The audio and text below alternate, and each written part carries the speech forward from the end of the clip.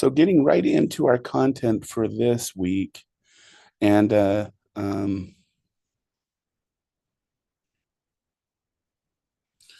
so I mentioned that there's different ways that we make sure that our clients or our group members know that we're there and we're listening to them and we're paying attention. And one of the ways I mentioned is reflecting and paraphrasing.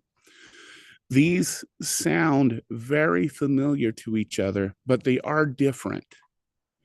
Reflecting is when we hear something momentarily. So a client states, maybe in one of their thinking check-ins at the beginning of the group, that they had a horrible week, and they explain that, and we reflect back on that and say, what I hear you say, blah, blah, blah, correct me if I'm wrong.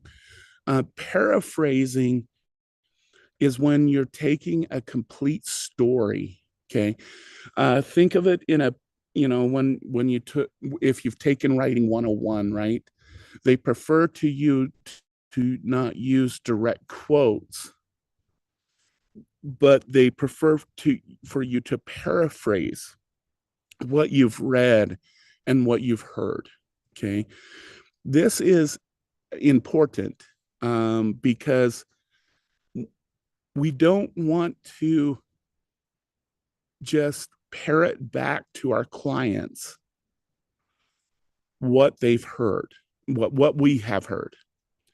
What we want to do is put it in our words and in our understanding, and then again provide the permission for them to correct us. That if in our frame of mind, if we've misunderstood something, tell us. And this is, again, the silence mode, the paraphrasing mode. This is in that beginning phase of exploration when we're going through the helping process.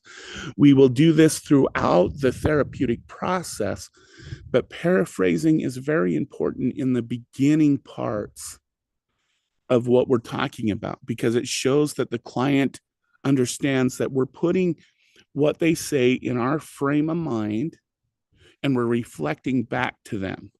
Okay. So paraphrasing. This is a skill used for counselors to reflect back key points of a client's story.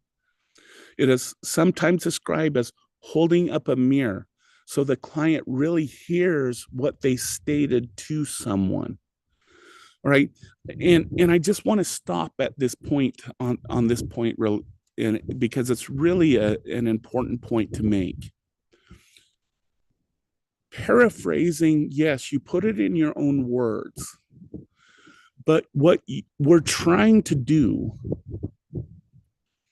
is let the client feel their words, their power, their what they're saying to another human being. Okay. And this skill has three functions. One, it lets the client know that you're paying attention and that that you're hearing them, that you're getting the key points of what they're trying to say. The second one is the client be sure that what has been listened and the opportunity to correct or add information if they feel that that's necessary. I'm going to come back to point number 2 because it's an important one when we get into later development in the group process. But I'm going to come back to that because we're just right now, what I'm trying to explain is just the exploration stage. Okay, but the third one is it gives opportunity for clients to hear the power of their own words. Okay, and I want you all to think about this when someone has stated back to you something that they heard from you. Okay, one, it may have been disenfranchising because they may have said something that you didn't completely mean at all, and you're sitting there going, "Were you even listening to me?" All right. In other cases, It might be, wow, you were actually listening to what I was saying and trying to get my point across. And I want you to, if you've had that experience, that's what we're going for here, is to be completely listened to. But again, going back to the other one, because we've all had those situations, I believe, where someone has said, well, you said this, and we're like, we didn't say that, or we didn't mean that, it was out of context, or something like that. I think we've all had that experience. In the therapeutic process, that's why we always say in the end, this is what I heard you say, correct me if I'm wrong. Because you want your client to hear the power of their words. Okay. So just real quickly, I do want to go back to point number 2, when because there are times where if you're going through some very tough material, maybe you're in the middle of a treatment modality where you're challenging thoughts, or you're challenging dysfunctional thinking or something like that, and you do paraphrase back, and the client goes, well, no, that's not what I meant, and they minimize what they just stated. Okay. In that case, in the beginning phase, you just want to go, oh, I'm sorry, I misunderstood you. Oh, that's what you meant, blah, blah, blah.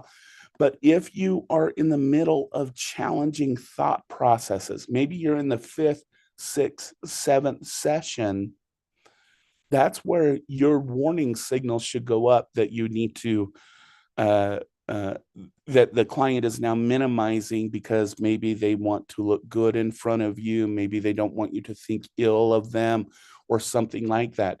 And in that case, that's where you want to go back and you want to slow down and go through maybe a lesson in thinking errors, all those kinds of things. So in paraphrasing, in the beginning phrase, when you're going through the exploration phase, you take what the client says at face value. If they say, no, that's not what I meant, da, da, da, then you go, okay, thank you for correcting me. But if you're in the later phases of treatment, where you're challenging thought processes, where you're doing the work of treatment, and they come back and say, oh, no, that's not what I meant, and they minimize what they say, that's a warning sign. And so I just wanted to make that clear on that part. Okay. All right. So again, paraphrasing is something we want to do. We want to put in our own words. And then we're going to go through reflecting. Okay. Reflecting is showing the clients you have heard not only what's being said, but also what is feeling and emotions the client experiencing when sharing their story with you. Okay, so paraphrasing is just when you're kind of doing the summary of what someone said. Maybe someone said a long story. In the group setting, we do paraphrasing when we summarize the group experience. Reflecting is a very specific client focused thing. In the group setting, we are role playing in a way to show other group members how to respond when someone says something very emotional, when someone says something very engaging. Okay. The difference between paraphrasing and reflecting is that you have to give that empathetic result. In paraphrasing, we may say it very bluntly, we may say it very forward. When we're doing reflecting, we're saying, this is what I heard, and this is what I hope you felt. And this is very hard in some cultural context, because some cultures teach that we shouldn't have a display of emotions in a professional setting. We shouldn't show someone that what they said had an emotional reaction. And this is where we do have to override some cultural scripts that we have. And this is the only place where I'm going to say you need to reflect truthful, honest emotions despite a cultural context where it's not appropriate or it's not culturally appropriate to display emotions. Because there are some Native American nations where emotional expression, when there's a highly emotional experience, is not appropriate to display. Okay. But I'm going to tell you this is where you do, this is one area I would encourage you to override that cultural script. Okay. And the reason is because when we're doing reflecting, not only are we talking, but we're trying to put the music behind the words. We're trying to not only on a cognitive level, let someone know that I'm listening to you and I could parrot back to you the words you just said to me. But on a counseling level, we want them to understand that we also emotionally heard them and heard the words, even if they might be minimizing or degrading. Okay. Now, this takes a lot of practice, and I'm going to be upfront about this, especially when you work with people who have gone through trauma and you yourself went into the trauma field because you experienced trauma. I can even go into addiction. Maybe you're going into the addiction field because you yourself are recovering from addiction. In this reflection phase, we do have to be very careful to separate our emotional experience and our client's emotional experience. Because the skill of reflection is to reflect back the honest feelings that we think our clients are having, or we emoted through our empathetic response, that emotional intelligence. We want to reflect back their emotional experiences. And this is where it can be a very hard skill for a lot of individuals who go into the field with good intentions because they've had similar experiences. Is you do need to learn, am I responding because of my trauma? Am I responding because of my addiction? Or am I responding to my client's experience? Okay.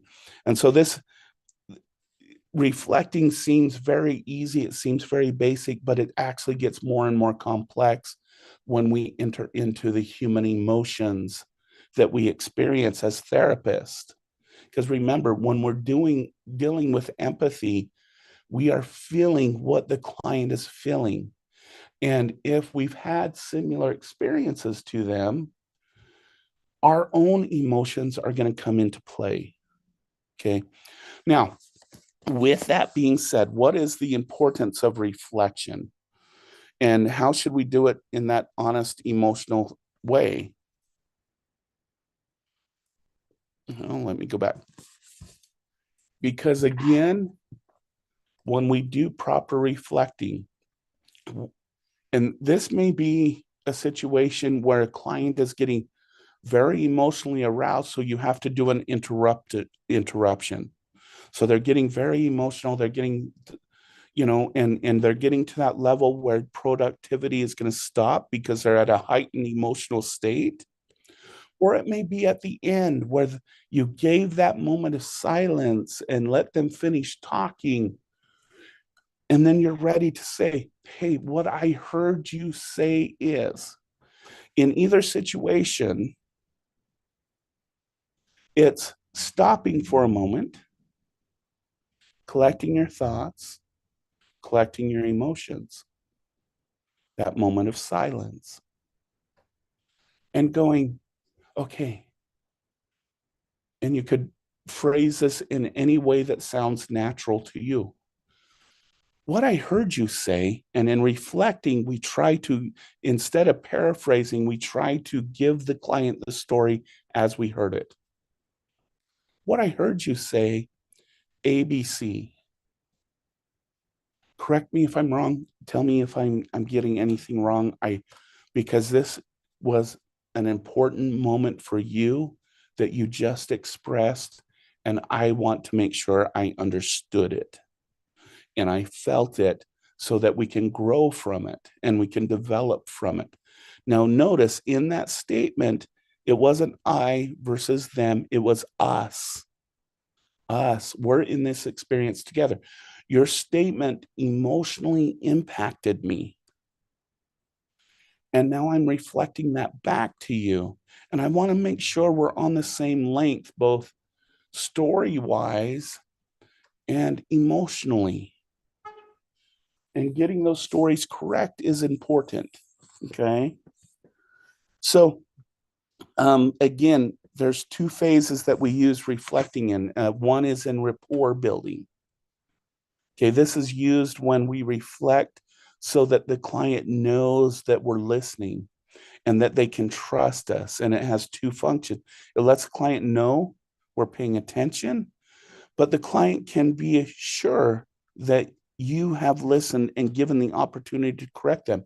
That's why in any reflecting and in any paraphrasing, we should always give that opportunity to say, if I heard something wrong, if I've experienced something wrong, tell me, because those are important aspects of rapport building. Reflection, again, I'm going to use the mirror example and it's stated in this bullet point 1. What we're trying to do when we're doing reflecting is we want to hold up a mirror and say, when you said this, this is what I felt and this is what I heard. Okay. Now, this also has important assessment issues that I just want to pause for a minute too, because we're constantly assessing where a client is. And if a client, for an example, I'm just going to give an example. So you do a reflecting directly back. And if they say, oh, I kind of meant this is kind of what I was feeling, that's good. All right. But one of the things you should be looking for when you're doing reflecting, especially when you've working with people with lifelong trauma, people who have experienced trauma in their childhood, adolescence, and adulthood, is you also should be looking for complete and total personality changes. And what I mean for that is, let's say you have a client who is very extroverted, they're talkative, and you reflect back to them and they act more childlike and introverted and quiet. Okay. This is going to go back to one of those ego defense mechanisms that we talked about earlier in the class, where a person is going through regression. They've built a ego personality that then will protect them from doing the tough work that you just reflected back. And so when we say we're holding up a mirror, us as counselors and as therapists should be looking at, not only did we get our accuracy right, but if there's a shift in personality due to that reflection, we know then that there's going to be more deeper psychological work that we're going to need to do, because they're using an alter ego to defend the trauma that they just reflected to us and we reflected back. So that's something to keep in mind in that skill bag that you have next to you. Put, all right, when I do reflection and they adjust their personality completely, we need to do something different because now they're becoming defensive. Okay. You might reflect back a whole sentence, or you might select a few words, a single word. And it all depends on the emotional tone. So when I've done reflection with clients, I usually reflect everything that I felt I heard. But sometimes when they either get a low tone, so they're explaining something, when I visit that uncle, and did you hear the flexion when I said the word uncle? Or when I visit that uncle, and then this is that term uncle was a significant term, and that's something we should pay attention to. And that's when you would use a single word reflection where you said, I noticed you changed the story, or you changed the tone of your voice when you mentioned the term uncle. Am I misinterpreting something? Was there something that happened with that person? Okay. And so listen for those. That's when you would use a single word reflection, is when you hear a different in tone or emotion as they're trying to explain a story that they're telling, especially if that person has been unrelated to your conversations at that point. Okay. So that's the difference between using single word reflections or giving the whole reflection back. Okay. We often refer to reflection as a lost skill because when we watch counseling students doing simulation skill sessions or listening to their recording from placement where their client have consent to do this, I seldom see reflection being used as a skill. And this is an important point to be made at this point, okay? Reflection is one of the key skills for counselors, but it is becoming a lost skill. It's one that we need to regain, because how do you truly listen to someone if they don't even know if you understand what they're saying? Okay.